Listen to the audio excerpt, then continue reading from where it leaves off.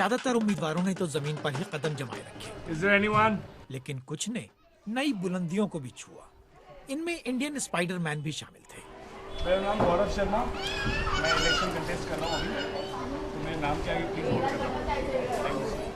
सबके खिड़की से ही अब घर में जाके वो सबके प्रॉब्लम सॉल्व कर रहा है, तो ऐसे कैंडिडेट को तो हम जरूर आजमाना चाहेंगे।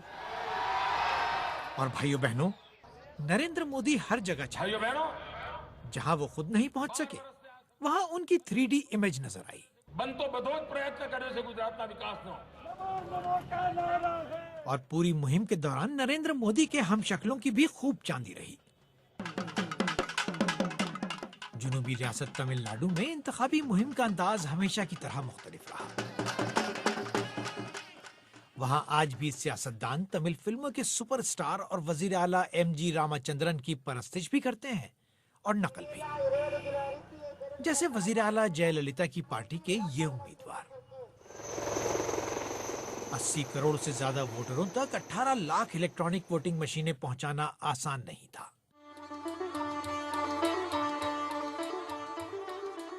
कहीं कश्तियों तो कहीं हाथियों का इस्तेमाल हुआ। जहां इंतखाबी अमला नहीं पहुंच सका, वहां मशीनों तक का सफर वोटरों ने तय किया।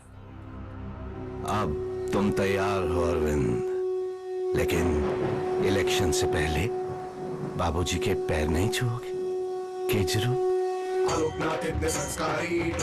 जीते रहो बेटा, हमें तुमसे बहुत उम्मीद है।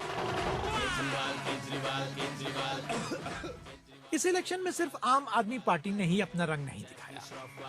लोगों की तख्लीकी सलाहियत भी इंटरनेट पर खूब नजर आई। लेकिन पार्टी अब अपने इख्तिताम को पहुंच गई है। नरेंद्र मोदी ने बहुत बड़े बड़े वादे किए हैं, जिन्हें पूरा करने के लिए उन्हें स्पाइडरमैन की जरूरत पड़ सकती है। सुहेल हलीम, BBC।